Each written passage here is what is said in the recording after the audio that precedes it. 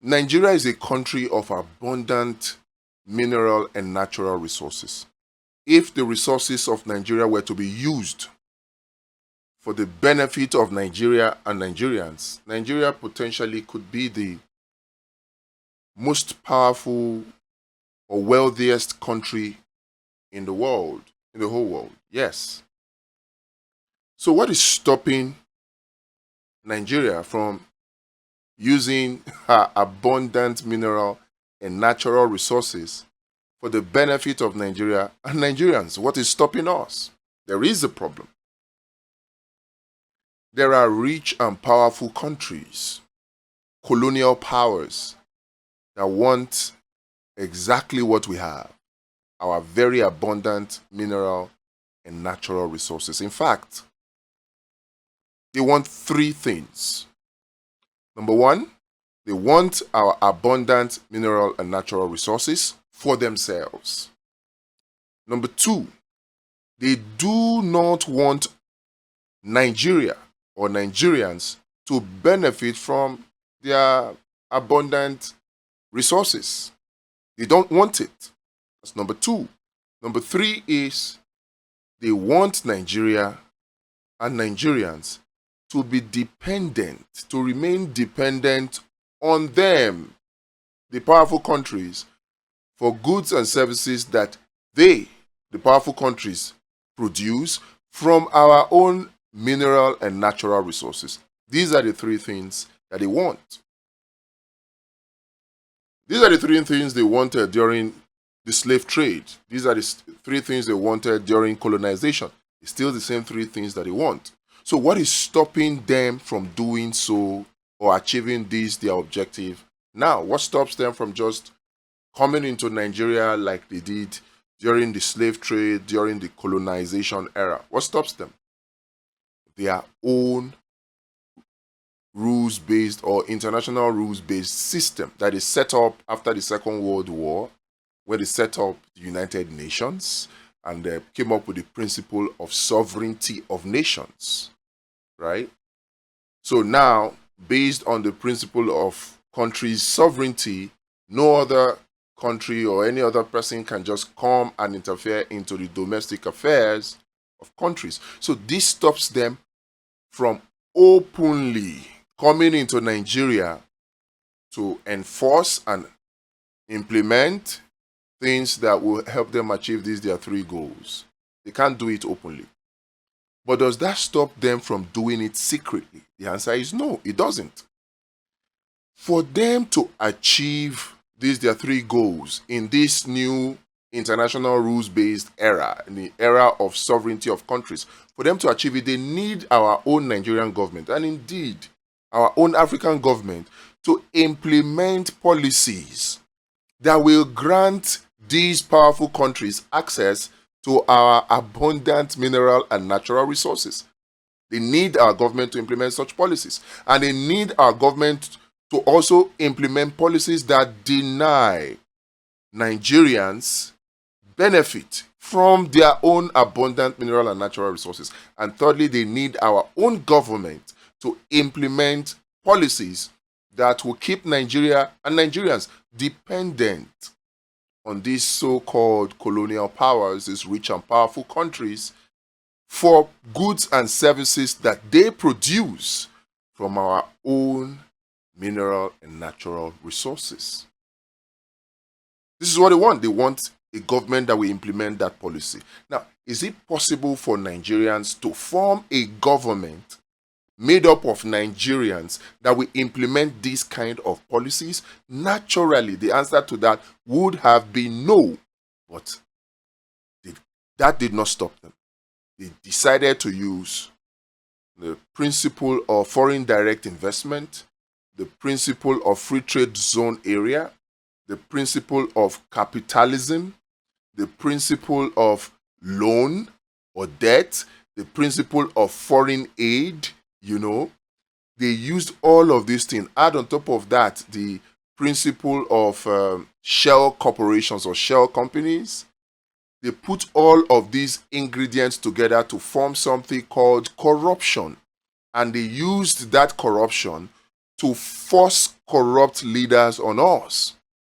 And they either bully, coerce, or induce these corrupt leaders that they have forced on us to implement policies that will help these foreign powers gain access to our abundant mineral and natural resources, that will help these foreign powers to deny Nigerians from benefiting from their own resources, to implement policies that will keep Nigerians dependent on these foreign powers for goods and services that these foreign powers make from our own mineral and natural resources. So they force this government on us through corruption. Now you will ask, what are the people doing? Can't the people unite against this government? Can't the people come together to stop these corrupt leaders that they force on us? Yes, the people can actually do that. But you see, we have another problem. These colonial powers, they understand that if they left the people alone, the people will come together, the people will push out of office the corrupt leaders that they are forced on us, and then the people will elect credible leaders to implement policies that will actually benefit Nigerians and make Nigeria the greatest country in the world, which they don't want. They know that. So what do? From their experience with slave trade and their experience with colonization, they have come to also discover that they could do their colonization remotely, because they have understood that now, if you want to keep a people in chains, you want to keep them bound, you want to keep them colonized, you don't need to use force anymore. They have realized this. The Americans and the Europeans, even the Russians and the Chinese, the global north in general, they have realized this. If you want to keep a people in chains, you want to keep them enslaved, you do not need to use force anymore, physical force. No need for that. No need for chains. No need to use guns. No need for all of those. All you just need to do is convince the same people that they are actually supposed to be slaves. Once you convince them and they are convinced, and of course, the human mind is programmable. You can program the human mind. Once you succeed to convince them that they are in chains, the people that they are supposed to be in chains, the people will take up the chains by themselves and put it in their hands by themselves. So with this understanding, they came at us to weaponize 7 aspects of the Nigerian life, of the African life, particularly the sub-Saharan Africa. 7 aspects.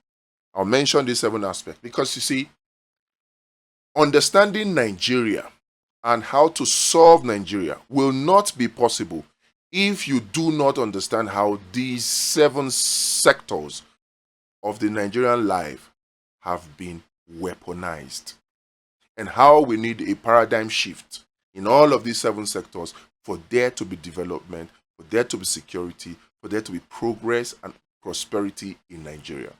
What are these 7 segments that they have weaponized in order to keep us distracted and divided? Of course, you know that they are masters at this. Divide and conquer. It has worked for time immemorial. It has always worked. It worked during slavery, where black were pitched against black, black were selling blacks into slavery. It worked during colonization. It takes somebody from the inside to sell out another person for the colonizers to work. We saw that happen in Lagos between Oba Kintoye and this other Oba, right? So divide and conquer is a policy that they know always worked. And what they experienced in the northern part of Nigeria after the British conquered the northern part is that, there's already religion there and there are other tools they could also use for indirect rule. So They can rule by proxy. It's called indirect rule. They found that they can rule indirectly through these 7 weaponized segments. By keeping us distracted and divided, we cannot come together to form a voice to push away the corrupt leaders that they are forced on us, that are implementing the policies that are benefiting the that are beneficial to the colonial powers, but not beneficial to we, the Nigerian people. It's like in the Bible, it says that even God looked down, the people were so united, they were building the Tower of Babel, and God said, if I leave these people to continue to be united, what will happen is that now there's nothing they decide to do that they cannot do. So the Europeans, of course, somehow they had some input into this whole religious books thing. They understood this, that for them to have their way through the imposed corrupt leaders that they have imposed, they need the people divided and distracted. They need them divided. And so what do they do? In order to divide them, they had to weaponize these 7 segments of the Nigerian life. And until there is a paradigm shift in these 7 areas of the Nigerian life, Nigeria cannot know peace, Nigeria cannot know security, Nigeria cannot know prosperity or abundance. Nigeria cannot know it. So what are these 7 areas? We need to identify them, and then we can now see how to solve the problem of Nigeria. Education, entertainment, media, business, tradition, religion, and politics. Those are the 7 segments of the Nigerian life that have been weaponized to keep the people divided and distracted, so that they will never be able to come together to unite, to push away whatever corrupt leaders they have forced on us through their corruption principle made up of foreign direct investment, loans, or debt, or aid, or free trade zone area, shell corporation, that enables Nigerians or Africans to store money abroad without it being traceable. All of these are the ingredients that were put together to create corruption. Many people don't know that corruption was manufactured by the IMF and the World Bank and the CIA. It's a Western thing. It was manufactured by them. People had greed, yes, but the Westerners, led by the US, they found new ways to feed into that greed that is present in every human being, using all of these principles so that you can steal the money of your country, allow foreigners to loot the resources of your country in the hopes that they give you a tiny portion of it, and then you can store those monies abroad, so that if and when the people decide, or some government that does not like you come into power and they decide to probe you, your money will be safe outside the shores of this country. So they created a leadership problem for us with corruption, and they created a followership problem for us by weaponized poverty that is aided and abetted by weaponized segments of the society. Every of these segments of the society that I talked about, they go to weaponize or create poverty and hunger. Poverty and hunger.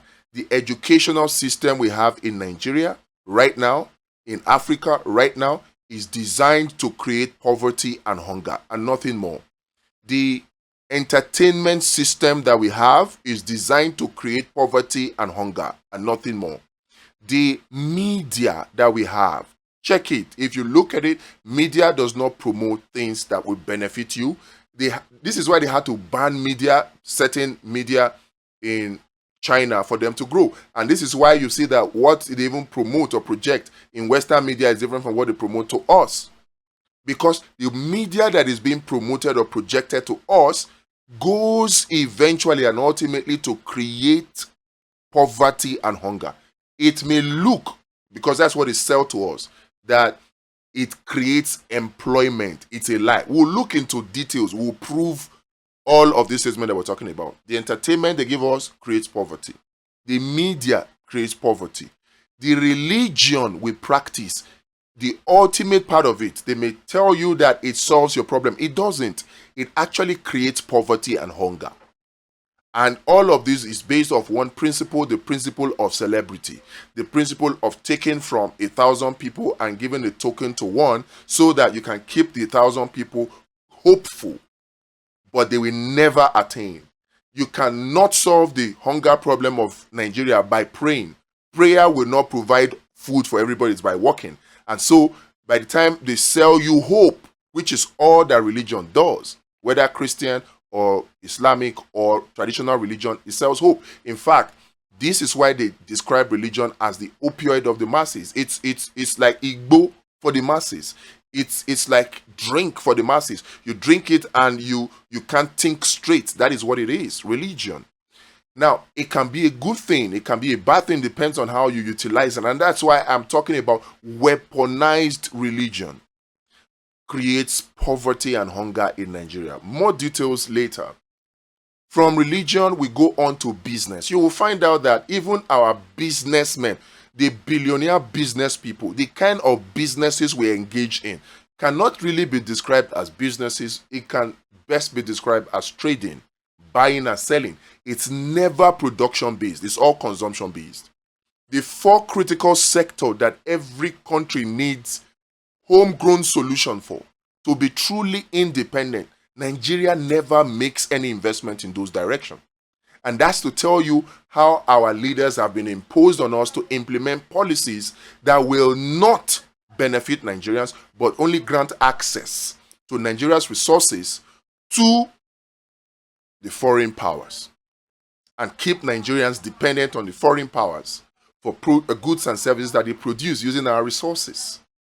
That is why, because they will never allow our government to implement policies in these 4 sectors. What are these 4 sectors? Number 1, homegrown agriculture technology or solutions. They will never.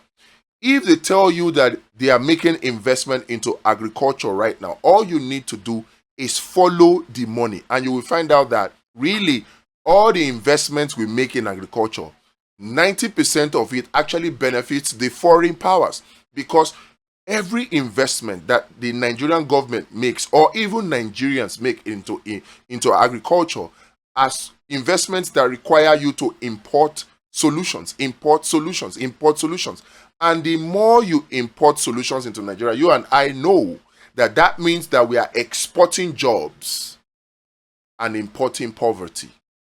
So our business people will not invest in homegrown agricultural solutions. They won't. Even people like Dangote have come out to say it openly, that the reason why they would not invest in agriculture, in the production of wheat, for instance, is because they are donor companies, they are IFC-linked corporations. They are AFC corporations that are linked to the IMF and World Bank. And it's Dangote that said it himself. Didn't want him to invest in wheat production because that would affect their wheat production in Europe and in the Americas. So they wouldn't want us to invest in critical sectors agriculturally that will keep Nigeria food secure or food independent. They don't want it. So homegrown food and agricultural solutions. That's number 1. Number 2, we need an active steel and fabrication technology. If Nigeria had an active steel technology, you will see that we wouldn't need to spend as much as $20 billion to build Dangote refineries, because all of the materials, 70% of the materials you need to build a refinery is steel-based. Pipelines and fractionating column and all of that, they are based on steel. So if Nigeria had an active steel industry or active steel and fabrication sector, we'll be able to manufacture everything we need across all the segments of the Nigerian economy. We'll be able to have all the transmission lines so that we can generate and transmit electricity without our national grid collapsing every other day. We'll be able to manufacture tractors for agriculture.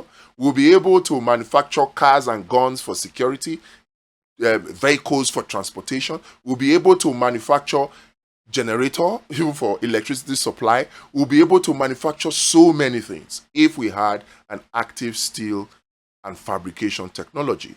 But you see, they would not allow our leaders and our government to invest in this sector. They will also not allow our leaders to invest in the third sector, which is homegrown software solutions. India has done it. China has done it. Japan has done it. You cannot say because, oh, you already have a Microsoft that you should not have your own homegrown solution. Do you know how much Nigeria spends on buying Microsoft licenses? Microsoft alone, not to talk of Oracle, not to talk of all of those things. Every year, Microsoft alone is 3 times richer than Nigeria. The whole of the GDP of Nigeria is about $400 billion right now.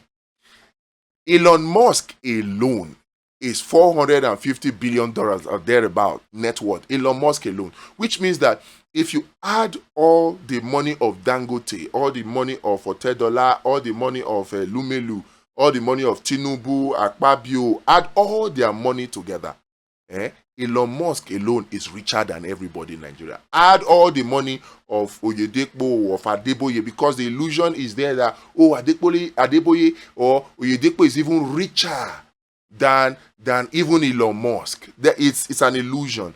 It's one of the fallouts of the weaponized religion that we have been served. But you see, all the money of Oyedepo, Adeboye, and all of it, if you put them together, it's not up to the net worth of Elon Musk alone. So why will we not invest in our own homegrown solution? There is open office. There are open source software that we can develop our own. If you gather 100,000 Nigerian youth and you divide them and you structure them across the 774 local government and you give them specific goals and objectives, they will come up with this solution. That's what South Korea is using to keep its economy afloat. I say South Korea, not Korea. But why would we not do it? Because the so-called colonial powers, they don't want us to invest in this third sector. And the fourth one is what? Semiconductor technology. We don't need 3 nanometers. We don't need 7 nanometers. We don't even need 20 nanometers. We don't even need even 90 nanometer technology. If you get the machine to print circuit boards in Nigeria here and to design certain chips, they don't need to be advanced. Russia does not have access to 3 nanometer technology semiconductors or 9 nanometer or 7 nanometer. They don't have. But they still have the S-300, the S-400, the S-500 that can defend Russia against the F-35s or the B-2 bombers or the B-21 bombers or whatever, the Strato bomber, whatever that the Americans can throw at them. They are still able to defend themselves. So why would they not allow Nigeria to invest in semiconductor technology? So that I studied electrical electronics in the university, right? I did a course on semiconductors where we're supposed to be designing ICs and all that. But we're all doing theory, rote memorization, cramming. Nothing. There was nowhere we could see anything to practice anything with. But right now, we could have 3D printers that could help us print these things. We could have, how much is a photolithography machine for designing microchips, billions of transistors? How much is it? $300 million. With the net worth of Dangote alone, he can buy at least 10 of that. 10 of that and put it in each of the geopolitical zone and say, okay, use that to train your youth or your students so that they can design our chips locally and we will not be depending on imported goods. They could do that, but no. The foreign backers through the IMF and the World Bank and the CIA, through the weapons of foreign direct investment. Of course, if we are able to manufacture locally, would we need them to come and do foreign direct investment? The answer is no. So that is why all of these are tools that they use to force our leaders to implement policies that will be beneficial to them as foreign countries, but not beneficial to we as Nigerians. These 4 critical sectors, they will never allow our government to make critical investment in them, and our business people, they fall along this line. Every business investor you see in Nigeria, when they talk foreign direct investment, they talk on services that are dependent on these 4 critical sectors. Every of the investment they tell you they want to make. Look, there is the Ogaga principle of war. I'll talk about it very in details later. But the Ogaga principle of war is simply that if you are not making your own weapons, don't go to war. Because ultimately, the person that benefits from war is the person who is making the weapons. It doesn't matter what you think or how big your ego is. The person benefiting from the war is the person that makes the weapon. And that is why I say it, and I will continue to say it. The biggest beneficiary, or the real beneficiary of the Nigerian Civil War, or the Biafran War, whichever you choose to call it, are the people who were making the weapons that they were selling to us and stealing our crude oil in return for. Those were the big beneficiaries. Nigeria did not benefit from that war because what we had was our Team A leaders that were thinking for Nigeria. They were all eliminated. In fact, our Team B leaders were eliminated. Right now, we are running on Team C and Team D. Our first 11, no, they were eliminated in that war. Second 11, eliminated. So we're working with our third 11 and fourth 11 leaders. So we can't really say we benefited from that war. We cannot. And that is just the truth. And this is why it's easy. We must focus on investment in these 4 critical sectors if we are going to get out of the trap they have put us in. I will just summarize again within this summary. The colonial powers, they want what we have. They don't want us to use it for ourselves. And in order for them to do that, they need to force corrupt leaders on us to implement policies that will benefit them and not Nigerians. They need that. And they need the people divided so that the people will not unite to push out the corrupt leaders and get good leaders in to implement right policies that will get Nigeria moving. They don't want that. So they created a leadership problem for us. They created a followership problem for us by weaponizing 7 critical areas of the Nigerian life. Yes, so that what we have is poverty and hunger. And so far as there's poverty and hunger, the people would then be divided amongst themselves because everybody will be looking for how to chop. And when you're looking for how to chop, it's stomach infrastructure, you cannot think. Then you will now be divided. Everybody will be shouting, oh, it is my turn, it is my turn. And we will not be seeing the harm that we're doing to ourselves. So they divide and distract us constantly with these 7 areas, and they stop us from making critical investment in 4 critical areas that I've mentioned so that we can continue to remain dependent on them, and so that the corrupt leaders that they are forced on us can continue to implement policies that give them access to our resources to exploit, and then stop us from benefiting from them so that we can continue to be dependent on them. This is the problem. In fact, if you want to check the performance of any leader or any government in Nigeria, just look at how they make their investments. You see that it's either they're investing into more consumption or they're investing into production. Any government that does not make critical investment in these 4 sectors or segments of the Nigerian life is an asset in the hands of the foreign powers. This is a clear proof that those kind of leaders are forced on Nigerians and they are working against the interest of Nigeria. It's how, if you just look at the budget of the Tinubu administration and the APC for 2025, and you will see that none of the investment go into these 4 critical sectors. None.